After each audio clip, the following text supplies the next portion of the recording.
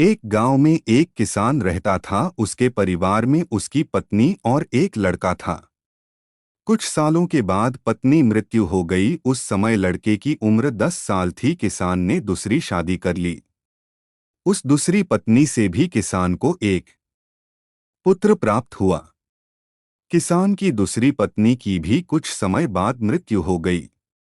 किसान का बड़ा बेटा जो पहली पत्नी से प्राप्त हुआ था, जब शादी के योग्य हुआ तब किसान ने बड़े बेटे की शादी कर दी। फिर किसान की भी कुछ समय बाद मृत्यु हो गई। किसान का छोटा बेटा जो दूसरी पत्नी से प्राप्त हुआ था और पहली पत्नी से प्राप्त बड़ा बेटा दोनों साथ साथ रहते थे। कुछ टाइम बाद किसान के छोटे लड़के की तबीयत खराब रहने लगी। बड़े भाई ने कुछ आसपास के वैद्यों से इलाज करवाया पर कोई राहत ना मिली। छोटे भाई की दिन पर दिन तबीयत बिगड़ी जा रही थी और बहुत खर्च भी हो रहा था। एक दिन बड़े भाई ने अपनी पत्नी से सलाह की, यदि ये छोटा भाई मर जाए तो हमें इसके इलाज के लिए पैसा खर्च ना करना पड़ेगा। तब उसकी पत्नी ने कहा कि क्यों न किसी वैद्य से बात करके इसे जहर दे दिया जाए। किसी को पता भी ना चलेगा, कोई रिश्तेदारी में भी कोई शक ना करेगा कि बीमार था। बीमारी से मृत्यु हो गई। बड़े भाई ने ऐसे ही किया। एक वैद्य से बात की, आप अपनी फीस बताओ और ऐसा करना, मेरे छोटे भाई को जहर देना है। वैद्य ने बात मान ली और लड़के को जहर दे दिया और लड़के की मृत्यु हो गई। उसके भाई भाभी ने खुशी मनाई कि रास्ते का कांटा निकल गया, अब सारी संपत्ति अपनी हो गई। उसका अंतिम संस्कार कर दिया। कुछ महीनों पश्चात उस किसान के बड़े लड़के की पत्नी को लड़का हुआ। उन पति पत्नी ने खूब खुशी मनाई। बड़े ही लाड़ प्यार से लड़के की परवरिश की। थोड़े दिनों में लड़का जवान हो गया। उन्होंने अपने लड़के की शादी कर दी।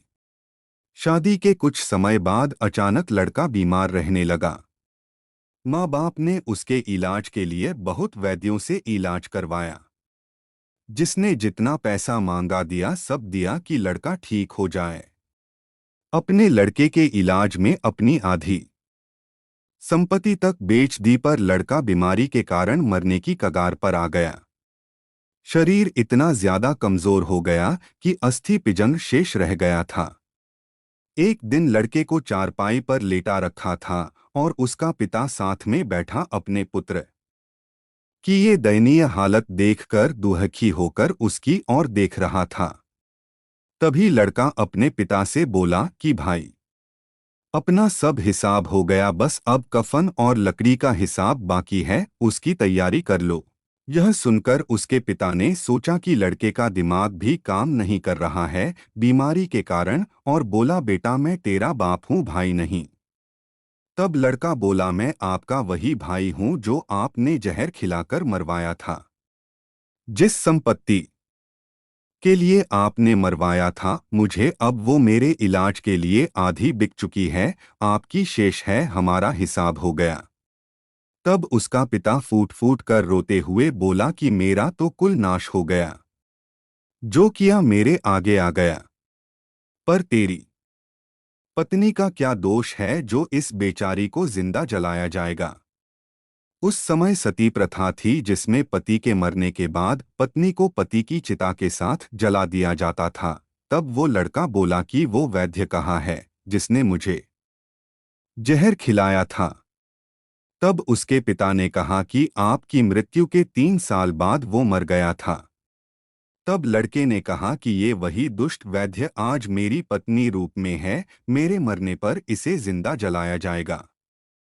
हमारा जीवन जो उतार चढ़ाव से भरा है, इसके पीछे हमारे अपने ही कर्म होते हैं।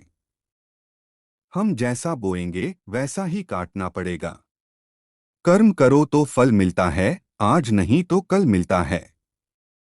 जितना गहरा अधिक हो कुआं, उतना मीठा जल मिलता है।